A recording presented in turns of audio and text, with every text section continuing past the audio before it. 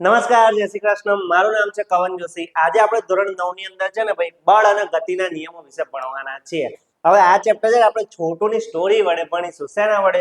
છોટુની story. જેમ આપણે ગતિ ચેપ્ટર જોયેલું એ જ રીતે ભણવાના છીએ. તો ચલો આપણે સ્ટાર્ટ કરીએ. હવે આ છોટુ ભાઈ આપણો છે ને મસ્ત એવો સવારે તૈયાર થઈ સ્કૂલમાં પહોંચી ગયો અને મેદાનમાં ઉભો ઉભો મસ્ત ઠંડી હવા ખાતો તો ને વિચારતો હતો કે અરે આજે ચૂટકી આવે તો મજા આવી જાય. એમ શું વિચારતો? ચૂટકી આવે તો મજા આવી જાય. એકલામાં અચાનક એના જોડે થયું કેવું કે ભાઈ છોટુનો ભાઈબંધ મોટું દોડતો દોડતો આવ્યો ને એકદમ એને અથડાઈ ગયો.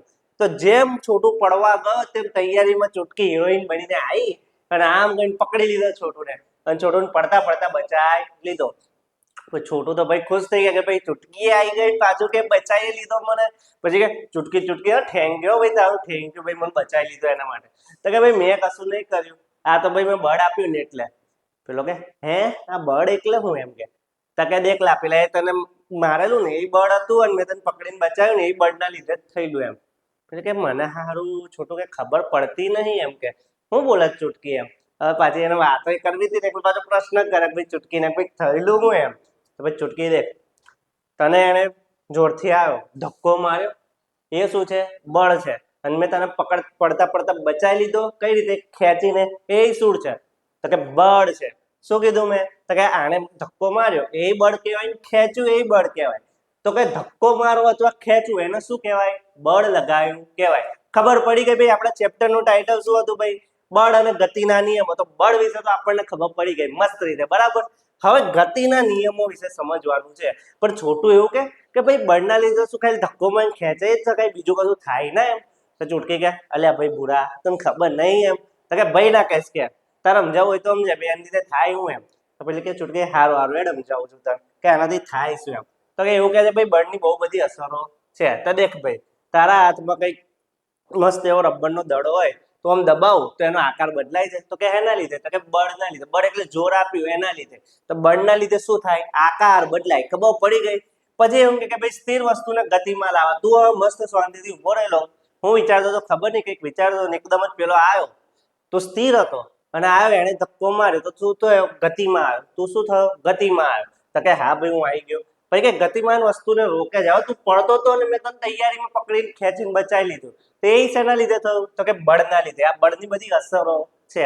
હવે દેખ તું આમ ધારો કે આ બાજુ આ દિશામાં પડવાનો હતો તો મેં તને પકડી લીધી, એટલે પકડીને પછી ખેંચ્યું ને તોય શું થયું? તારી દિશા બદલી મેં? તો કે હા ભાઈ બદલી. કે છોટું કે ભાઈ બરાબર વાત છે ભાઈ તારી. અને પછી શું કે ઝડપ બદલે. હવે આ જાડિયો આવ્યો, તારો જે મોટું દોસ્તાર આવ્યો તને અથડાયો, આમ કઈને અથડાય પછી એને આમ કર્યું તો એને શું કર્યું? બળના લીધે શું બદલી? એની દિશા બદલી. તો કે બળના લીધે થાય શું? તો કે ભાઈ આકાર બદલાય, વસ્તુની ગતિને વસ્તુને ગતિમાં લાવે, સ્થિર વસ્તુને ગતિમાં લાવે. ઓકે. અને ગતિમાન વસ્તુને રોકે. ગતિમાન વસ્તુને રોકે તો થઈ ગયું દિશા બદલી કાઢે, એ ખબર પડી ગઈ. અને ઝડપ બદલાય. તો કે ઝડપમાં વધારો ઘટાડો થયો. કઈ રીતે? તો કે મોટું આવે તો અથડાય તેની ઝડપમાં ઘટાડો થયો ને? હા ભાઈ થયો. ખબર પડી ગઈ. બહુ મસ્ત હતું. હવે આગળ છોટું કે મજા આવે છે ભાઈ, આ વસ્તુ તો તારી બધી સારી જોરદાર છે. તો કે એની લીધે બીજું બધું થાય ના? તો કે દેખ બકા બળના છે ને પ્રકારો છે. શું છે? પ્રકારો. કોણ કે છે? આ ચૂટકી કે છે. તો કે કઈ રીતે? તો કે સમજાય. તો દેખ આપણે ગ્રાઉન્ડમાં ગયા. હવે મોટું જોડે અહીંયા આગળ એક બોક્સ મૂકી છે. રસ્સા ખેંચની ભાઈ એક ગેમ છે. બોક્સ મૂકી છે, બંને બાજુ દોરી રાખેલી છે. હવે મોટું આ બાજુથી ખેંચી રહ્યો છે, હું આ બાજુથી ખેંચી રહી છું. શું કરે છે? મોટું આ બાજુથી ખેંચી રહ્યો છું, આ બાજુથી ખેંચી રહ્યો છું. બંને હરખું હરખું જોર આપીએ છે તો છે ને જે બળ હશે ને પરિણામી બળ એ શું હશે? 0 થઈ જશે. હવે હરખું હરખું આમથી ખેંચતી હોય એ આમથી ખેંચે, આપણું બોક્સ હલતું જ નહીં. બોક્સ હલે ના તો પરિણામી બળ શું થાય? 0 થાય. ખબર પડી? બહુ મસ્ત હતું, બહુ વહેલું હતું. હવે દેખો બે સમાન અને વિરુદ્ધ દિશામાં બળો લાગે, સરખા બળ લાગવાના વિરુદ્ધ દિશામાં. એ આમ ખેંચશે ને પેલી આમ ખેંચશે તો બંને વિરુદ્ધ દિશા થઈ કે ના થઈ? તો કે હા ભાઈ થઈ. તો આ શું થયું? સંતુલિત બળ. ખબર પડી? બહુ જ વહેલું. ચલો પણ હવે અહીંયા આગળથી ભાઈ હું નીકળી ગઈ અને અહીંયા એકલો ખેંચે છે. કા તો તને મૂકી દીધો મેં અહીંયા આગળ અને તું આગળ આવીને પછી શું કરે છે? આ ભાઈ આને ખેંચવાની કોશિશ કરે છે. પણ મોટું તો તારો જાડિયો, એને આમ કહીને બધા બળ આપ્યું ખેંચી લીધું તો શું થઈ ગયું? અસંતુલિત બળ. શું થઈ ગયું? અસંતુલિત બળ. બંને વિરુદ્ધ દિશામાં જ લાગતા હતા પણ જેનો બળ વધારે હશે એ બાજુ વસ્તુ નમી જશે, મતલબ એ બાજુ ખેંચાઈને આવી જશે. મોટું એ વધારે આપ્યું તો ખેંચાઈને આવી ગયું. તો આને શું કહેવાય? અસંતુલિત બળ. જ્યારે સંતુલિત બળ કોને કહેવાય? બંને બાજુ વિરુદ્ધ દિશામાં બળ લાગતું હોય પણ સરખું સરખું લાગતું હોય. આ બાજુથી આમે નહીં ખસતું ને આમે નહીં ખસતું, તો આ થયું શું? તો કે આ સંતુલિત બળ, આ અસંતુલિત બળ. ખબર પડી ગઈ? Net force is not equal to 0. ભાઈ જે નેટ ફોર્સ હોય કુલ બળ એ 0 કોઈ દિવસ હોય નહીં. ખબર પડી ગઈ ભાઈ છોટું? કે હારું ભાઈ ખબર પડી ગઈ. પછી કે ભાઈ થોડુંક આગળ કેમ ભાઈ ડિટેલમાં કે મજા આવે છે. હવે એને હરાને વાતો કરવી હતી ચૂટકી જોડે, મજા કશી આવતી નથી. હવે ચેપ્ટર ભણવાની મજા કોને આવે? કોઈ ના આવે, ભણવાનું કોને ગમે? પણ પેલો કે એ બોને ચૂટકી જોડે થોડીક વાતો તો થાય અને થોડુંક થોડુંક ભણવાનું થઈ જાય આપણું કામકાજ એમ. ભાઈ ચૂટકી કે હારું તને ખબર તો પડી ગઈ ભાઈ બળ એટલે શું? તો કે ધક્કો અથવા ખેંચવું. પછી કે ભાઈ બળના અસરો ખબર પડી ગઈ તને? તો કે ભાઈ આકાર બદલાય, સ્થિતિ બદલાય, ગતિમાં હોય તો સ્થિર થાય, સ્થિર હોય તો ગતિમાં આવે, પછી એની ઝડપ બદલાય, દિશા બદલાય, આ બધું ખબર પડી ગઈ. પછી કે તું મને એમ કીધું ભાઈ સંતુલિત બળ ને અસંતુલિત બળ, તો કે એ ખબર પડી ગઈ. પણ પછી કે જડત્વ, તો પેલી કે હારું છોટું વિચારમાં પડી ગયો. આ પાછું નવું કઈથી લઈ આવી કે જડત્વ એટલે શું? કે તો કે દેખ બહુ મસ્ત ઘરમાં ઊંઘી રહ્યો છું, જઈ લગીને તને કોઈ હળી ના કરે, તાર મમ્મી આવીને તને ઉઠાડે ના, રવિવારનો સમય હોય અને તને જઈ લગીને આવીને હળી ના કરે, તો તું એમને એમ જ ઊંઘવાનો છું. બરાબર છે, ઊંઘવાનો છું કે નહીં ઊંઘવાનો? તો કે હા. તો એ જ વસ્તુ જડત્વની છે કે જો પદાર્થ દ્વારા પોતાની ગતિની અવસ્થા કે સ્થિર અવસ્થાનો ફેરફારનો વિરોધ કરવાના ગુણધર્મને જડત્વ કહે છે. જઈ લગીન શું કહેવાય કોઈ હળી નહીં કરે ત્યાર સુધી તું એમને એમ રહે. જેમ તારી મમ્મી આવશે તને શું કહેશે? ઉભો થા, તું એનો વિરોધ કરીશ. શું કરીશ? વિરોધ કરીશ કે ભાઈ ના માન નહીં ઊભું થવું, આમ ને તેમ. એ જ રીતે દરેક પદાર્થની અંદર છે ને જડત્વ હોય, એનો ગુણધર્મ હોય, આંતરિક ગુણધર્મ એટલે અંદરનો ગુણધર્મ હોય કે ભાઈ એ છે ને સ્થિર હોય તો સ્થિર જ રહે, ગતિમાં હોય તો ગતિમાં જ રહે. જ્યાં સુધી એના પર કોઈ બાહ્ય બળ ના લાગે ત્યાં સુધી, બહારથી કોઈ હળી કરવા વાળું ના આવે ત્યાં સુધી. ખબર પડી? તો જુઓ અહીંયા આગળ મસ્ત એવું ઉદાહરણ આવે. હવે છોટુનો ભાઈ છે ને ચિંટુ છે. કોણ છે ચિંટુ? એ ભાઈ એમ કરતા થોડોક મોટો છે પણ એ કેવો છે થોડોક બગડેલો છે. તો એ મસ્ત આમ પડી રહેલો હતો, ચોપડા બાજુમાં હતા, સ્થિર ના સ્થિર. જ્યાર સુધી એની મમ્મી કે લડવા ના ત્યાં સુધી ઉભો થયો નહીં. શું કર્યું? જઈ સુધી આ ઉભો ના થયો ને એને શું કર્યું? વિરોધ કર્યો કે મમ્મી ભાઈ આપણે નહીં ભણીએ, કે આપણને નહીં ગમતું. શું કહેવાય કે ભાઈ આપણને ગમતું નહીં, વિરોધ કરે છે. શું કરે છે? વિરોધ કરે. પણ જો હવે આ મમ્મીનું બળ વધારે હશે ને તો ભાઈ એ તૈયારીમાં ચોપડા વાંચવા લઈને બેસી જશે. પણ જો એનું બળ ઓછું હશે મમ્મીનું, બેટા બેસી જા ને, આમ કરે છે તેમ કરે છે, માની લે મમ્મીનું. અને જો એ નહીં માને, કેમ મમ્મી ઢીલું ઢીલું બોલ, પેલો કે ના માન નહીં કરું, કે હું નહીં વાંચવાનો, આમ તેમ. તો હવે બળ કોનું વધારે થઈ ગયું? આનું. અને પછી એની મમ્મી કે હારું ના વાંચીશ ને જતી રહે, તો પછી શું થશે? એના ચોપડા એમને સ્થિર ને સ્થિર રહેશે. ખબર પડી? જેનું બળ વધારે હોય ને એનું શું કહેવાય? એનું ચાલે, બાકી ના ચાલે. હવે જે ફોન મચડતો હતો એની મમ્મી તો ગતિ રહી ભાઈ, ફોન મચડતો હતો, રીલ જોતો હતો, આમ આમ કરીને રીલ ચાલુ ને ચાલુ હતી. તો આંગળી કેવી હતી? એની ગતિમાં હતી. શું હતી? ગતિમાં. નવી નવી રીલો જોતો હતો. તેરી કાલી કાલી દો અખિયા, આવું બધું જોતો હતો. એકલામાં એના બાપા આયા ભાઈ.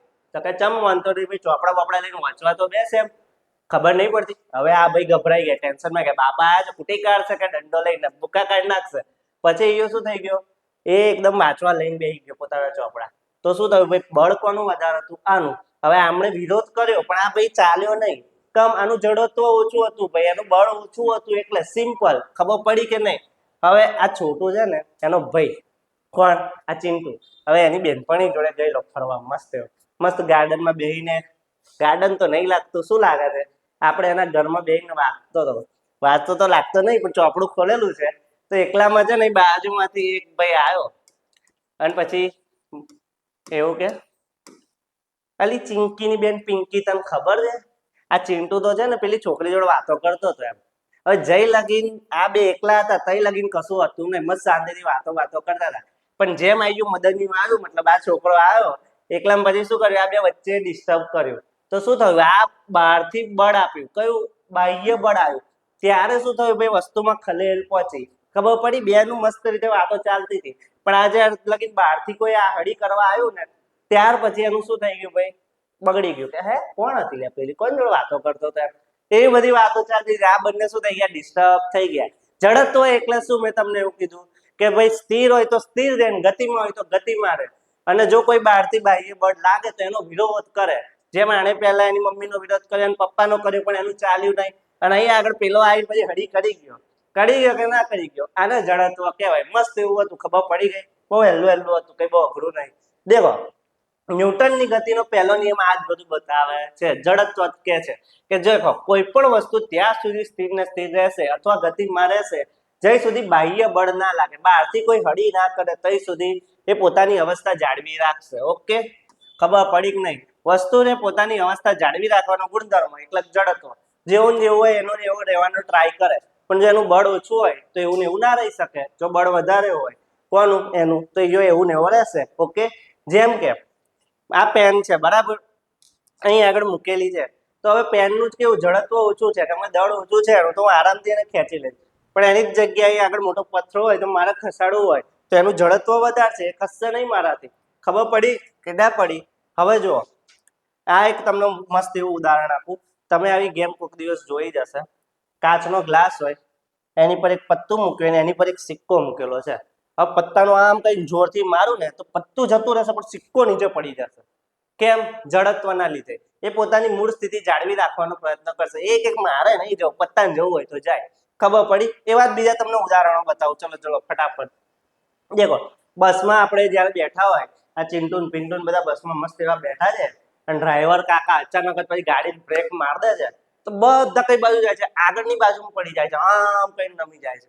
કેમ? જડત્વના લીધે.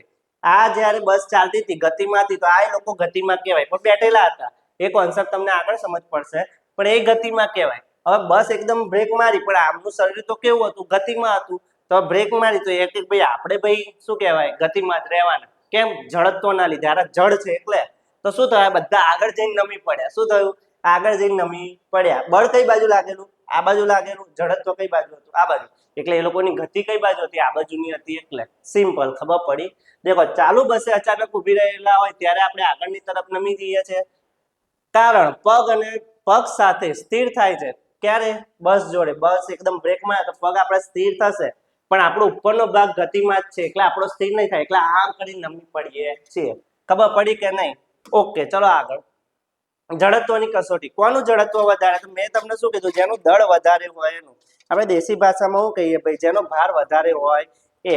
સિમ્પલ. હવે અહીંયા આગળ જુઓ, આમાંથી પ્રશ્ન જવાબ આપવા. રબરનો દડો વર્સિસ પથ્થર. એટલે ભાઈ રબરનો દડો વધારે જડત્વ હશે કે પથ્થર?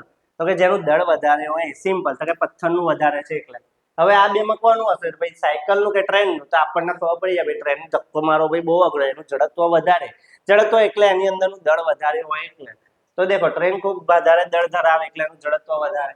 હવે 5 રૂપિયાનો સિક્કો વર્સિસ 1 રૂપિયાનો સિક્કો. તો આ બેમાં કોનું હોય ભાઈ જડત્વ વધારે? તો કે ભાઈ 5 રૂપિયાનું. કેમ? એનું દળ વધારે છે એટલે. સિમ્પલ. જેનું દળ વધારે એનું જડત્વ વધારે. ખબર પડી કે ના પડી? ચલો આગળ. પેલી ચુટકી બુટકી ને બધી વાર્તાઓ કરતા હતા, એના પરથી એ કે ભાઈ મને પહેલો નિયમ તો ખબર પડી ગઈ, પણ હારા કેટલા નિયમો છે? છોટું પૂછે છે ને ચુટકીને, ભાઈ પહેલો નિયમ તો ખબર પડી ગઈ, પણ એવા નિયમ છે કેટલા? તો કે ભાઈ 3 નિયમો છે. હવે તમે બીજો નિયમ સમજાવું, પણ બીજો નિયમ સમજવા માટે છે પહેલા વેગમાન સમજવું પડે. હે પેલો કે વેગમાન? આ શું છે પાછું? નવું હું લાયા? તો દેખ બકા, વેગમાન એટલે શું થાય ખબર છે? સિમ્પલ. તારા માથા પર કોઈક ના સમજી લે કે મોસંબી પડે, અને તારા માથા પર બોલનો દડો પડે, મતલબ થોડોક ટેનિસનો સીઝન બોલનો દડો પડે, તો વધારે કયો વાગશે આપણે? તો કે ભાઈ સીઝનનો દડો વધારે વાગશે, મોસંબી થોડી ઓછી વાગશે. તો કેમ? તો કે એનું વજન હલકું છે એટલે. તો પેલો કે એવું થોડું હોય એમ ચૂટકી કે, જાણલા હું ગપ્પા મારા છે, કહ્યું એ વાગે એટલે વજન વધારે છે એટલે તું કીધું એ બરાબર. પણ હવે માની લે કે હું દડો તારો થોડેક જ અહીંથી ફેંકું છું, આટલે નજીકથી આમ ફેંકું છું, મોસંબી થોડીક બહુ દૂર, મતલબ એના કરતા 1 2 ફૂટ 3 ફૂટ ઊંચે કરીને ઉપરથી ફેંકું છું, તો હવે કયું વધારે વાગશે? પેલો થઈ ગયો કન્ફ્યુઝ. તો કે અરે આ બધું શું બોલે છે? નજીકથી નાખો, દૂરથી નાખો, આ બધું છે શું એમ? પેલી કે જો તને બીજું ઉદાહરણ, સિમ્પલ ઉદાહરણ. હું તને એક નાનો આમ તો આપણે બોલ જ લઈને ચાલ ને, બોલ લઈને હું તને ખેંચીને મારું. આપણે સાદો બોલ લઈએ છીએ, બહુ ટેનિસ બેનિસનો બોલ નહીં લેતા, એકદમ રબરનો બોલ, પેલો 20 25 રૂપિયાનો આવે ને એ મારું. એનો ભાર કેટલો છે? વધારે છે. કોના કરતા? બંદૂકની ગોળી કરતા. ઓકે, તો હવે બંદૂકમાંથી હું ગોળી છોડું અને ભૂલથી તને અહીં આગળ વાગી જાય, તો તારે શું થઈ જશે? લોહી લોહી નીકળી જશે. પણ તારે જે પેલો બોલ કીધો ને મેં રબડિયાનો, એ હું તને મારીશ તો તારે નહીં નીકળે. કેમ? ભાર તો કોનો વધારે છે? રબરના દડાનો ભાર વધારે છે, તોય કમ આવું એમ.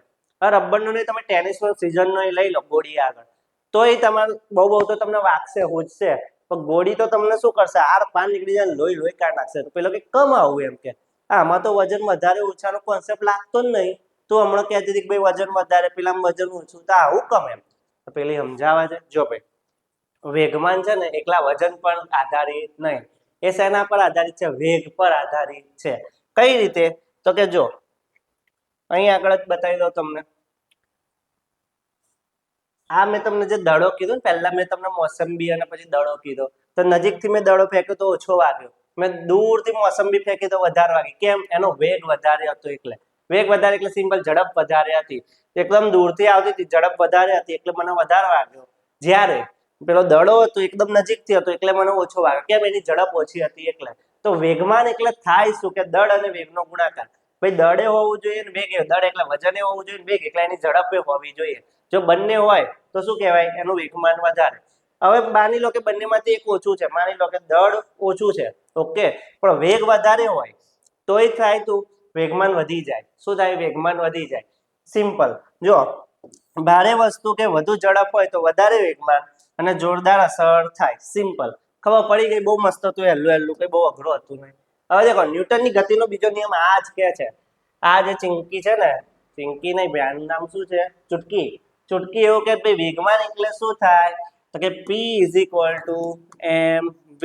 m એટલે શું થાય, દળ, અને v એટલે શું થાય, વેગ થાય. ઓકે, આટલી ખબર પડી ગઈ.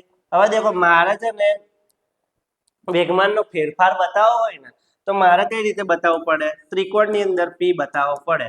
ઓકે, એની અંદર શું કે ભાઈ p2 - p1. આ ભાઈ છે શું, p2 અને p1. તો કે દેખો અંતિમ વેગમાન અને આ શું છે, આ અંતિમ છે, તો આ શું થશે, પ્રારંભિક જ થશે. પ્રારંભિક વેગમાન. ખબર પડે કે ના પડે, પડી ગઈ ખબર, બહુ મસ્ત. હવે જો આપણે ન્યૂટનની ગતિના બીજા નિયમ પર આવીએ છીએ કે ભાઈ વેગમાનના ફેરફારનો સમય દર એ બરાબર એ કોના સમપ્રમાણમાં છે, ભાઈ કે અસંતુલિત બળ. અસંતુલિત બળ એટલે f ના સમપ્રમાણમાં છે. બળને આપણે કઈ રીતે દર્શાવીએ, f દ્વારા જ દર્શાવીએ ને. તો કોના સમપ્રમાણમાં છે ભાઈ, f ના સમપ્રમાણમાં છે.